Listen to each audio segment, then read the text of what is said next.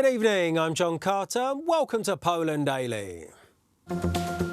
Today, the 500-plus programme for adults with disabilities comes into effect. The programme is designed for people severely affected by social exclusion who are unable to assert their rights.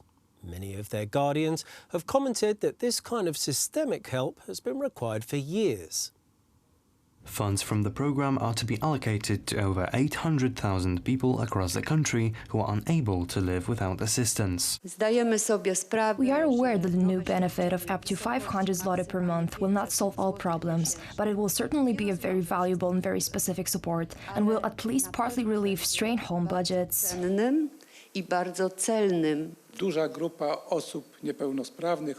A large group of disabled people, dependent people, people who have the most difficult life situations and also are often in difficult financial situations. They will get a supplementary benefit that will allow them to cover these additional costs related to treatment, rehabilitation and care.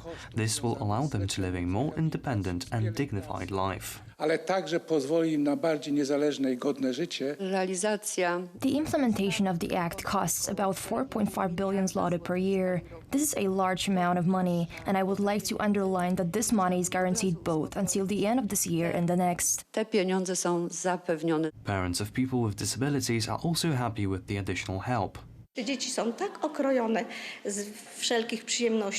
children are so stripped of pleasures. Trips to rehabilitation stays are currently funded once every 3 years, but unfortunately it is difficult to go every year because there are no funds for it, and 500 plus can be saved each month for a holiday trip, where the child has entertainment and rehabilitation, and that's very, very important to us.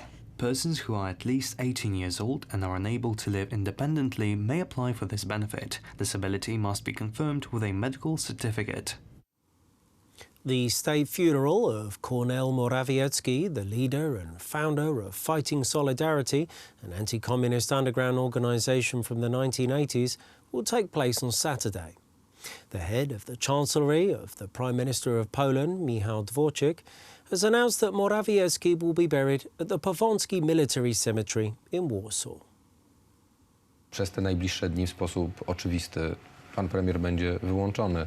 For obvious reasons, Mr. Prime Minister will be excluded from the campaign. Now we are preparing for the funeral ceremony. It will be a state funeral because Kornel Morawiecki was a special figure in recent history. I think we will see a unification of all groups. Of course, the condolences have united many people, but I think that the funeral will be an occasion for all those whom share roots in fighting solidarity to meet. Walczącej czy w ogóle opozycji demokratycznej. Do you know when and where will the funeral take place? The decision has been made. He will be buried in Warsaw. Miejscem spoczynku będzie Warszawa. Tonight, the Polish public television will be hosting a debate between representatives of 5 election committees.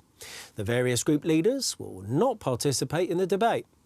Many commentators believe that the debate will have little effect aside from a very small group of undecided voters. Beside the leader of the People's Party, Władysław Kosiniak-Kamysz, party leaders would not take part in the debate.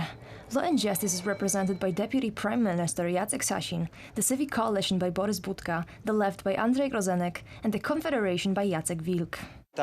We decided that I will participate in this debate. I want public television viewers to have the opportunity to see that the reality is a bit different to what is portrayed on the channel TVP on a daily basis. I'm going to debate because I respect the viewers. It is a pity that they cannot get to see the true image of Poland.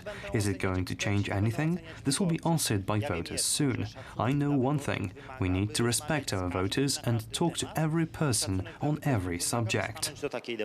Politicians have been open about the popularity of social media, acknowledging that the debate on public television is not as important as it was 4 years ago. Now there is no need to organize debates. As I have already said, I almost know how people will vote. Maybe those who are not certain represent a few percent, so this debate is for them, and there is a chance that they could change their mind.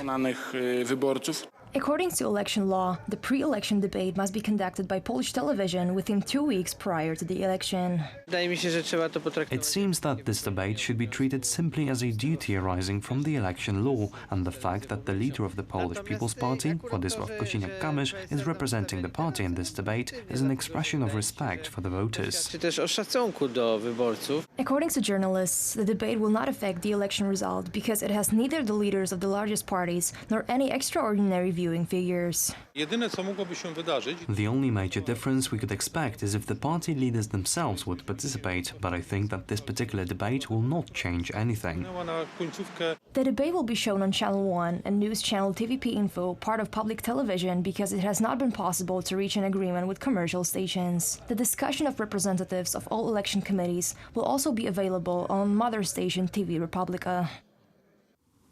The Finnish Prime Minister Antti Rinne has met with Hungarian Prime Minister Viktor Orban in an effort to convince the Hungarian Prime Minister that a reform of how EU development funds are distributed is needed. Finland, which currently holds the rotating presidency of the Council of the European Union, has in recent months pushed the plans to tie access to development funds with the state of rule of law in the member states which applies for the funds. The Hungarian Prime Minister stated at a press conference that the proposed new mechanism is nothing but a dishonourable political slogan.